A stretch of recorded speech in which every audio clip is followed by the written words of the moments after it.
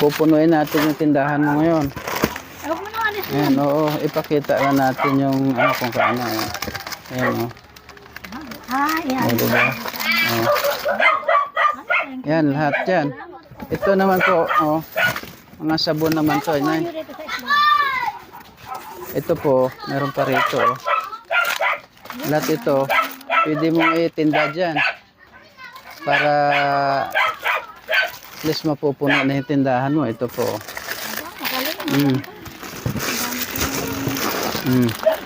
Ito. Salamat sa'yo. Ito na 3 box ito. Yung grasya na dumating mo para mapuno yung tindahan mo, no? Sige, salamat ng marami po. Oo, para at least meron ka pa pagkukuhanan sa pang-araw-araw mo, pangkain. Kasi wala. Kikita ko kasi. Walang nagbibigay. Kaya nga po eh. Basta ko, asa lang tayo, Lord. Oo.